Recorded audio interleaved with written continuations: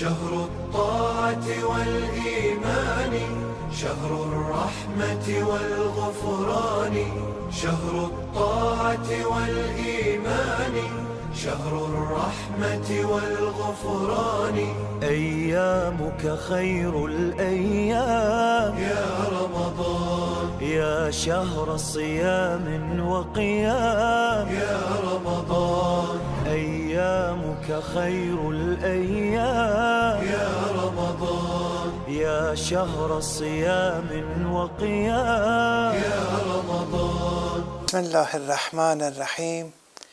الحمد لله رب العالمين وصلى الله على محمد وآله الطاهرين. I would like to first congratulate everyone on the arrival of the holy month of Ramadan.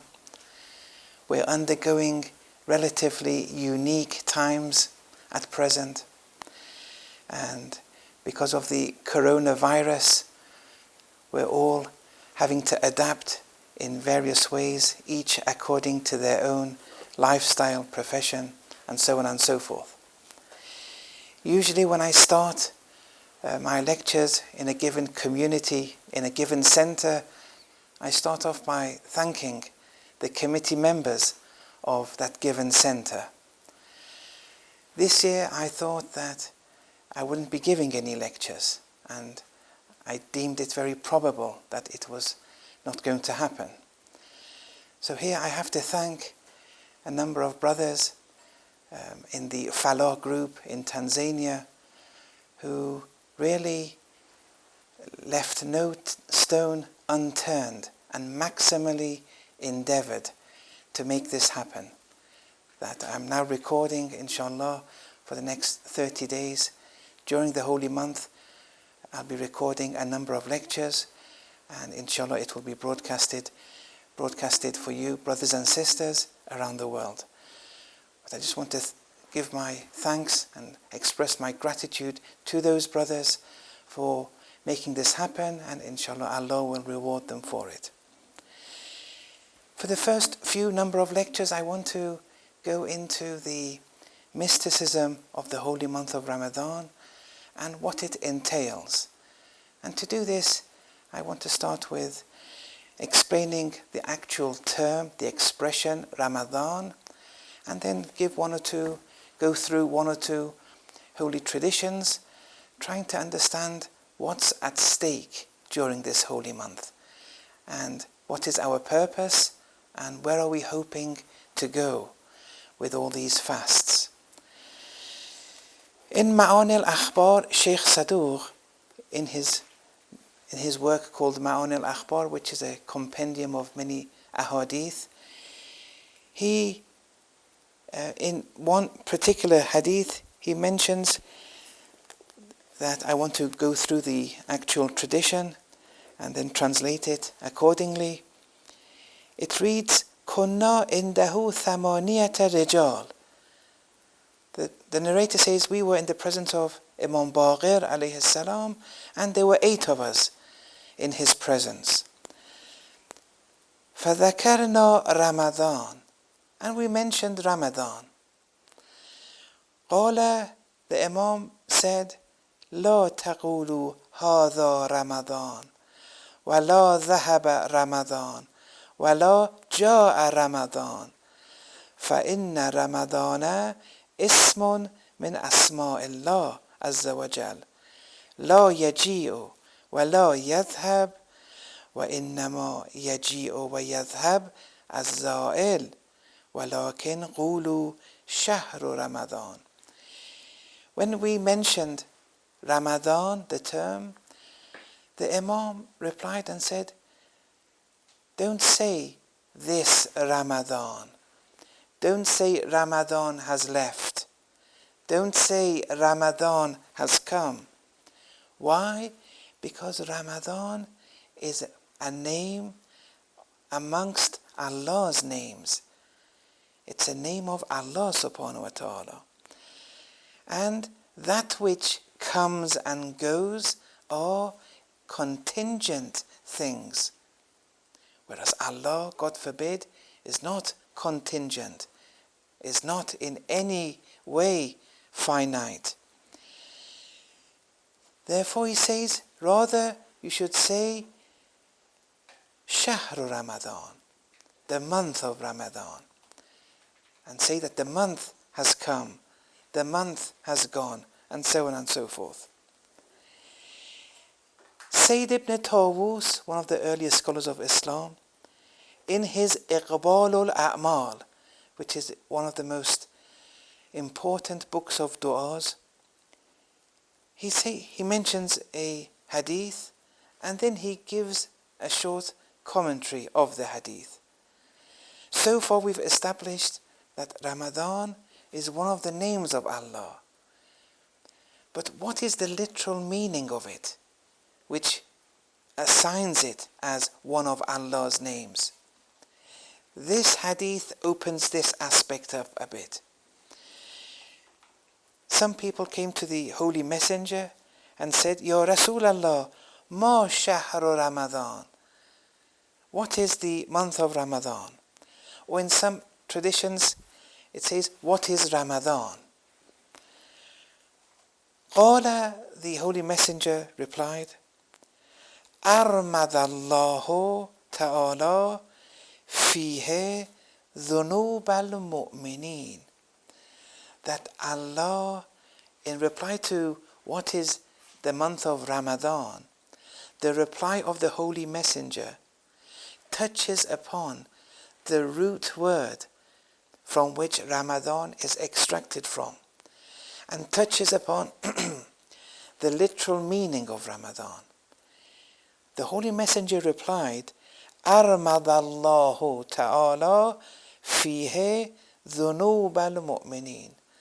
That Allah Almighty burns, in the holy month, He burns the sins of the believers. وَغَفَرَهَا لَهُمْ, and Allah subhanahu wa ta'ala forgives them. Here we see that Ramadan is extracted from the root word Ramadah or Ramdan.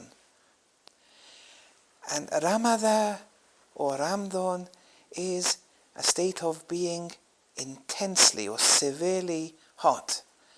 For example, when the sun rays fall upon a given sand, for example, or grit or the like, and they become hot and heated as a result of the sun, that sand or grit is called in Arabic Ramda. It's extracted from the Ramada root word. Why is it called Ramda? Because it's become intensely hot as a result of the sun, for example. Here, Allah burns, in the holy month of Ramadan, burns the sins of the believers. Now, burning, there's a intensity of heat. Now, sometimes the heat may be of a physical nature, sometimes it may be of an immaterial nature, like in this case, where Allah burns. Now, Ramadan being a name of Allah, one would have to literally translate it as one who burns. In this context is the burning of sins. You know, when someone loses their credit card, they go to the bank and ask the bank to burn their credit card, meaning to invalidate it. Sometimes Allah burns, invalidates those sins, and therefore the repercussions of those sins won't affect you. Then the hadith continues and touches upon the meaning of Shawwal, which is the 10th month in the Islamic lunar calendar, coming after the holy month of Ramadan. Qila ya Rasulallah, then it was said, O Messenger of Allah, Shawwal. Okay, now you've given us the meaning of Ramadan. What about Shawwal? Qala shalat فيه ذنوبهم فلم يبق فيه ذنب إلا غفره. Here the Holy Messenger replied that the sins of the believers in this month now, the month of Shawwal, will go away. So here we see there's a relationship now between the 2 months. And here Sayyid ibn Tawus is going to touch upon this in his short commentary. But the sins will go away and there will remain no sins save that it be forgiven. Now, the author, Sayyid ibn Tawus, in his commentary, because the ahadith he mentions in his book, Al-Iqbal al-A'mal, here, with some of the traditions, he goes into the commentary and explains them, and in some cases he goes into depth. Inshallah, we'll be benefiting from his work, Al-Iqbal, in the future. Sayyid ibn Tawus then writes, Armada ay ahraga. Armada, which was used in the tradition, means he burned. Allah burned. Ahraga. Washalat, in relation to Shawwal, shalat, a means irtafa'at wa dhahabat anhum, that the sins go away. Go away from who? It leaves the believers. It will not have any negative, compromising effect upon the souls of the believers. It will go away. Why? Because they're burned. Wal ma'na fi, he says that the meaning, therefore, of the tradition is this: annahum, that believers, in arafu haqqa ramadana sara kafaratan lahum, that if one acquires irfan and gnosis and knowledge of the reality of Ramadan, this gnosis will become an atonement, an expiation for the believers. This knowledge would become a kafara for the believers. وَأَذْهَبَ أَنْهُمْ ذُنُوبَهُمْ, and this irfan will take away the sins of the believers. وَتَحَّرَهُمْ مِنْهَا, and will purify the believers from those sins. وَإِنَّمَا يَتُمُّ ذَلِكَ, and this will become complete when? بِإِنْقِضَاءِ رَمَضَانِ, when the month of Ramadan has come to an end. When does it come to an end? وَإِنْقِضَاءُ رَمَضَانَ بِالدُّخُولِ شَوَّالِ, the coming to an end.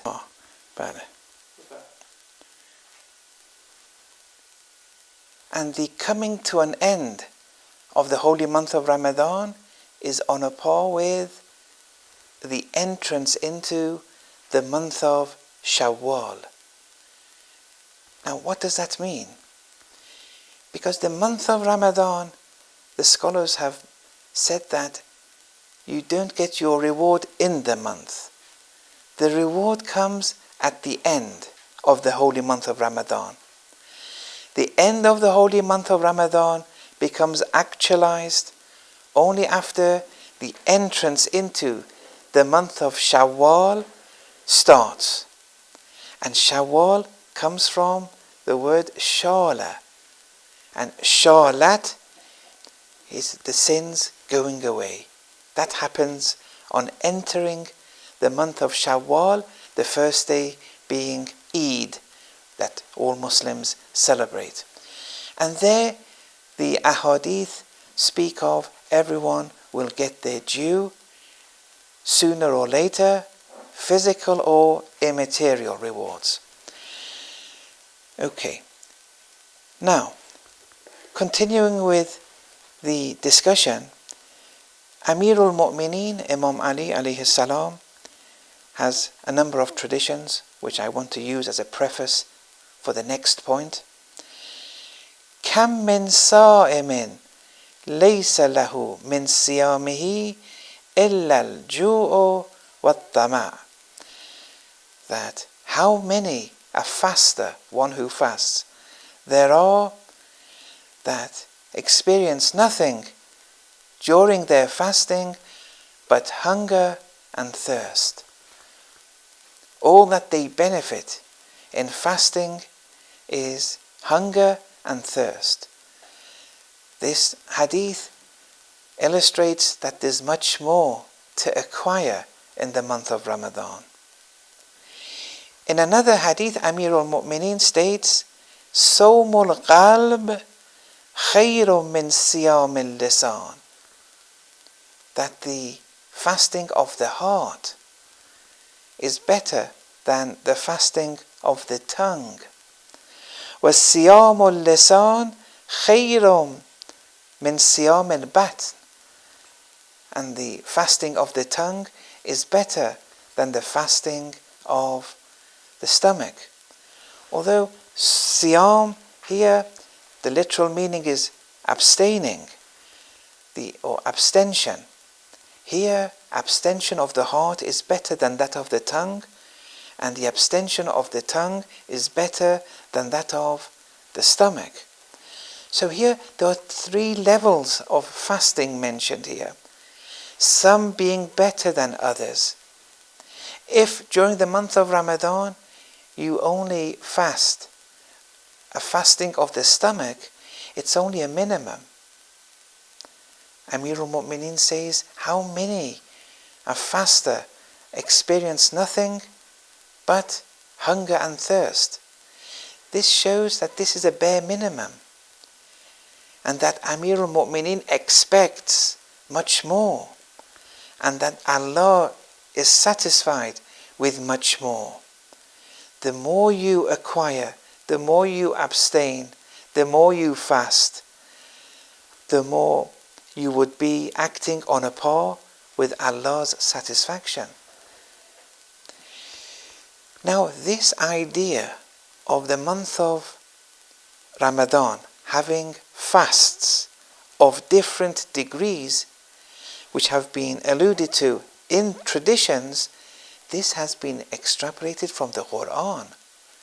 These degrees can be seen in various verses of the Holy Quran, where there's talk of degrees, there's talk of perfection in the holy month, or of fasting. One of those verses is in chapter 19, it's in verse 26. I'll recite verses 25 and 26. وَهُزِّي إِلَيْكِ بِجِذْعِ النَّخْلَةِ تُسَاقِطْ عَلَيْكِ رُطَبًا جَنِيًّا فَكُلِي وَاشْرَبِي وَقَرِّي عَيْنًا فَإِمَّا تَرَيِنَّ مِنَ الْبَشَرِ أَحَدًا فَقُولِي إِنِّي نَذَرْتُ لِلرَّحْمَنِ صَوْمًا فَلَنْ أُكَلِّمَ الْيَوْمَ إِنْسِيًّا. This is in relation to after giving birth to Nabi Isa. Immediately after being given birth to Nabi Isa, says to Lady Maryam that shake the trunk of the palm tree towards yourself, like pulling it to and from yourself, and there will fall upon you very ripe dates, fresh dates. So eat of those dates. Nabi Isa is saying to the mother, drink, because there was also a stream there, and be contented, be cool about it. Literally meaning shed tears of joy. Because when you shed tears, sometimes it's joys of sorrow and disappointment. Sometimes it's tears of joy. Tears of joy are cool in nature, in temperament, in disposition. Tears of sorrow are warm in nature. Here, this talk of let your eyes shed tears which are cool. So, and this means being contented. Be contented.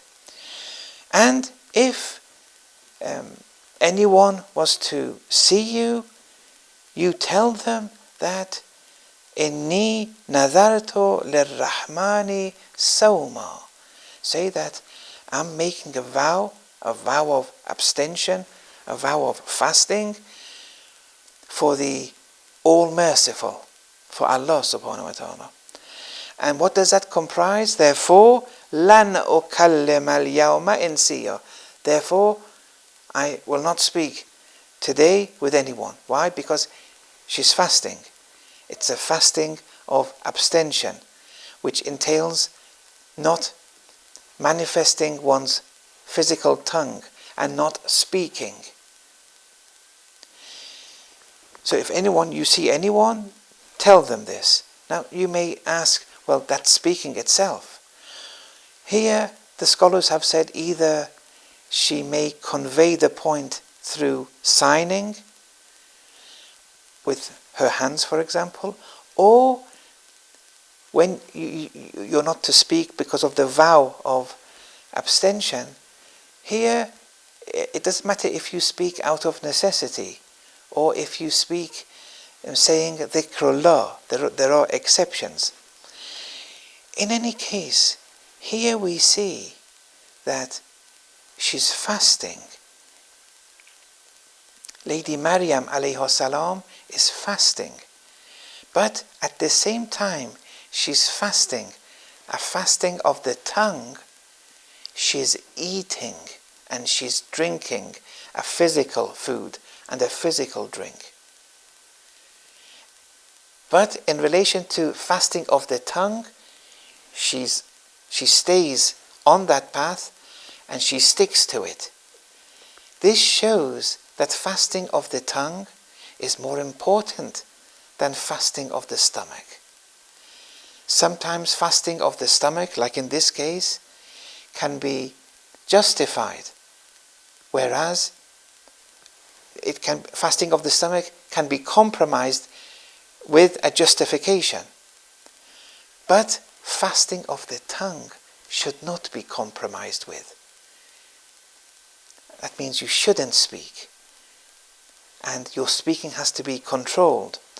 Now, this fasting of the tongue was something which was in the Sharia of before Islam.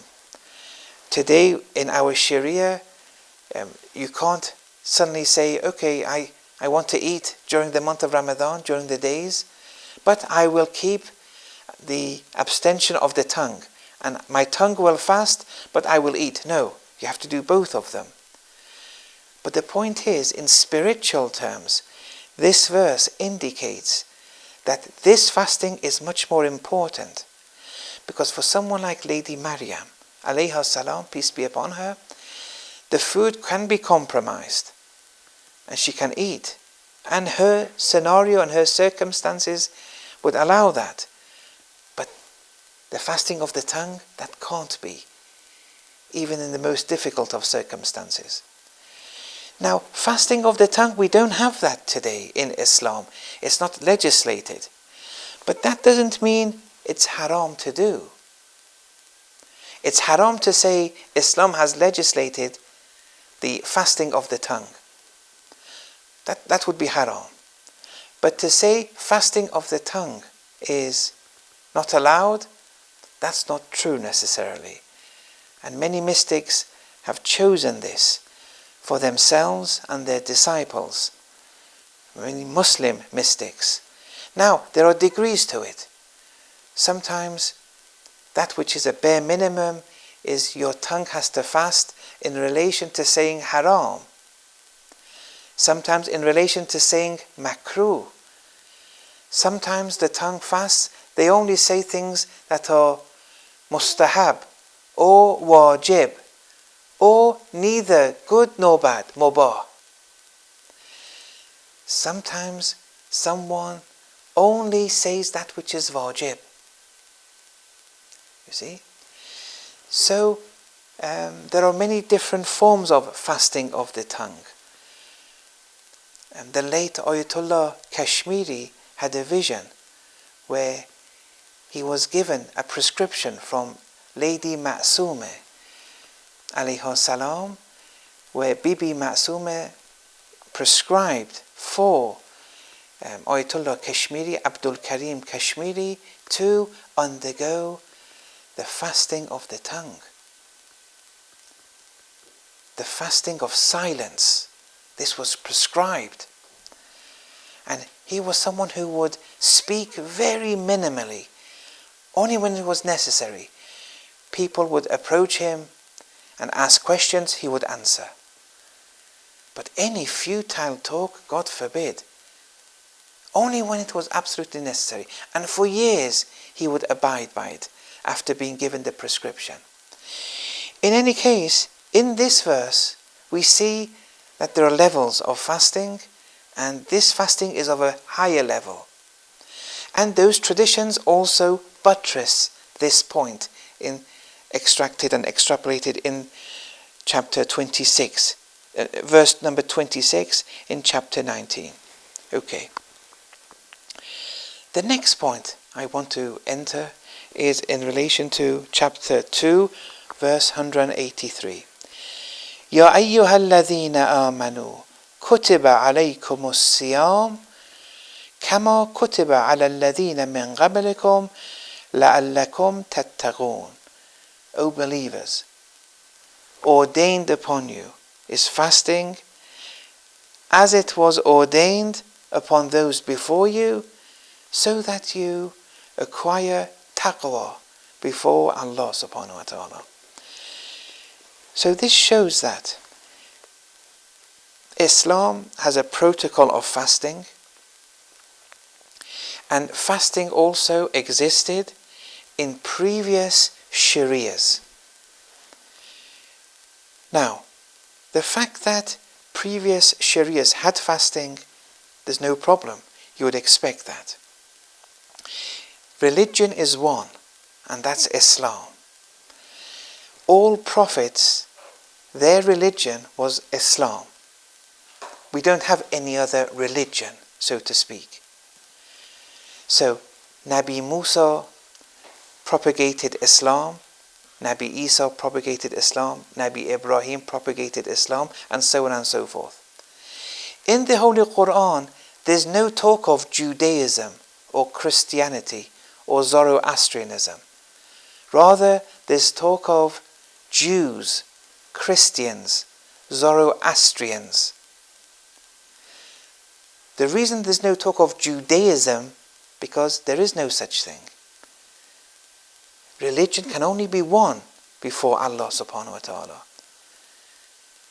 But Allah in the Holy Quran does address Jews though, Christians or Zoroastrians. They also had a protocol of fasting. Why? Because their prophets propagated Islam, and within Islam their prophets also granted and offered a protocol of fasting. But the Muhammadan Islam and the fasting which comes with it, perfection-wise, is of a higher degree. In the same way that our Holy Messenger is higher in degree, is higher in infallibility than previous prophets, the Muhammadan message, the Holy Quran, and its protocols are higher and superior than the protocols of previous scriptures. So the fasting protocol of a previous Sharia would lead to X amount of perfection, but that X would be less than the perfection that the Muhammadan fasting, for example, entails. Now, why am I mentioning this point? It's a very subtle point. You have to bear with me a bit. That we have traditions in relation to certain rituals.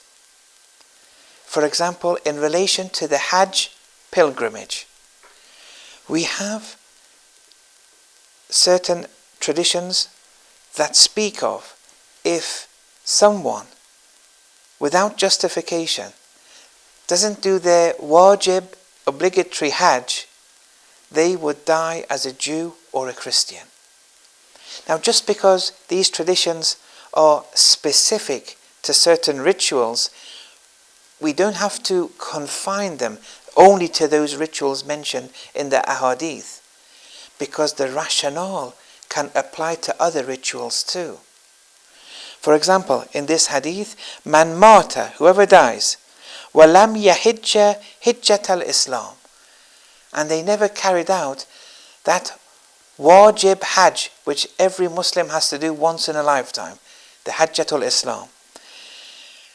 Then he gives 3 reasons, that these 3 reasons were not, did not exist for the person not having done their hajj, i.e., the reason they did not undergo their pilgrimage were not because of either of these 3 reasons.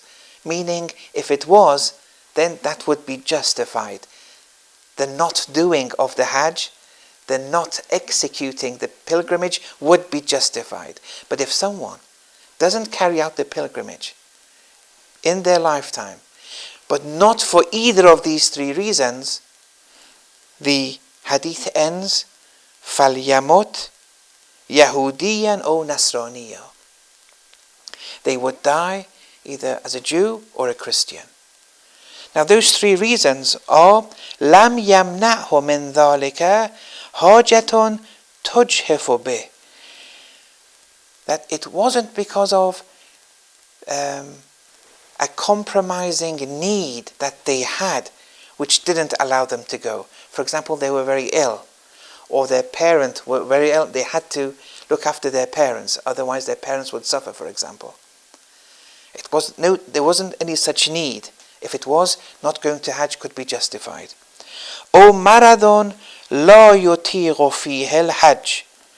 Or it wasn't because of an illness which breaks their tolerance for doing the Hajj. Because if doing the Hajj, you have an illness which doesn't allow you, makes you intolerable, or not being able to tolerate, for example, the Hajj, because of your illness, that would be a justification. But if someone doesn't go to Hajj, and this isn't the reason for not going, that's another issue. Or sultanon yamna'uhu. Or, for example, the king of the time or the nation or whatever, they prevented you from going. Assuming these 3 do not exist, or maybe other justifications that the Sharia has delineated, and you don't go for the pilgrimage, you would die as a Jew or a Christian. But you're a Muslim. You're a Muslim by name and by action. But you'll be resurrected, in addition to as a Muslim, you'll be resurrected as a Jew also, or as a Christian. Why? Because you did not acquire that level of spirituality through the Hajj pilgrimage, which was wajib and obligatory to acquire. And therefore you compromised your soul's spirituality. And therefore you'll be resurrected partially as a Jew or a Christian. Why? For not having executed the Hajj pilgrimage. Now, let's go back to that verse, that Allah ordained fasting upon believers, for Muslims, like He ordained it for previous Sharias. Here, this fasting, which was prescribed for followers of Sharias before Islam, here it entailed let's call it X% of perfection. Were they to compromise on that X%, they would be compromising on their perfection. Were they to complete their fasting, they would attain to that X% of perfection. With the Muhammadan fasting, it's 100% that you can acquire, potentially. The potential is 100%, because there's no fasting more complete than it. Now, let's say a Muslim fails so much in attaining to perfection through fasting that the degree of perfection acquired is even less than the perfection that the Jew or Christian had attained to through fasting. Without a doubt, that Muslim would be resurrected worse than the Jew or Christian in this given regard, and therefore will be resurrected partially as a Jew or Christian. And they will be resurrected, and therefore they would have to suffer as a result of that resurrection. Their potential was much greater, but they compromised it so much that they ended up worse, spiritually speaking, in a given fasting than the Jew or the Christian. It's possible. And then when you're fasting, when we speak of degrees of fasting, and you suffice with and become complacent with the bare minimum of fasting, the very minimum of fasting, when there were so many further elevated degrees of fasting which you never attained to, and you sufficed with a bare minimum, that bare minimum may be less than the X% of perfection that previous Sharias were able to attain to. And as a result, you would be resurrected as a Jew or a Christian or something else. Now you may say, what's the problem with all this? What's the issue? The issue is this, that if you are a Jew or a Christian, not by name, your parents are Muslim, you're a Muslim too, but as a result of a lack in your deeds, in your actions, you've become also, in addition to being a Muslim, you've also become partially a Jew or a Christian. So, on a par with the level of your soul, you're a Jew or a Christian in addition to being a Muslim. If someone is a Jew or a Christian in esoteric terms, in batini, esoteric terms, if the degree of Jewishness or Christianness predominates over their souls because of a lack of fasting as it should be done, and they become more Jew and more Christian in their souls, esoterically, in the batini sense, problems may arise. One of those problems is as follows, just to explain the issue here at hand and the repercussions it may have in our lives. When a Muslim dies, their Muslim children inherit from their parents. Even if they are not true Muslims in the sense of, highly practicing Muslims, they still inherit because they're Muslim. But the issue is this: if someone is a Muslim, but on the level of the soul, in the batini, esoteric sense, they are Jew or Christian, and in Islam, in the Sharia, those who are Jew or Christian by name, they can't inherit from their parents if their parents are Muslim. Now, here we have a Muslim. That Muslim is a Jew in the esoteric sense, in the batini sense, and they inherit from a Muslim father or mother. If that Jewishness is predominating, or that Christianness is predominating over their souls, they can inherit from a Sharia level, but on a tariqah level, the money that they get from the Muslim parent will have no barakah and no blessing, however way you spend it. And this has a lot of repercussions. And that's why this is important. So, just to end with this note, when we speak of Jews or Christians, a Jew is one who follows Islam plus X aberration from aqaid and Y deviation from actions. A Christian also is a Muslim who has X aberrations from aqaid, doctrine, and is lacking in certain rituals. But a Muslim, theoretically, is one who abides by the aqaid and doctrine wholly, with a W, and wholly abides by the rituals of Islam. But if you compromise with your aqaid or your actions, you will be compromising with your soul in a manner that you also become esoterically a Jew or a Christian. If that predominates upon you, this is going to cause problems in your daily lifestyle. وصلى الله على محمد وآله الطاهرين.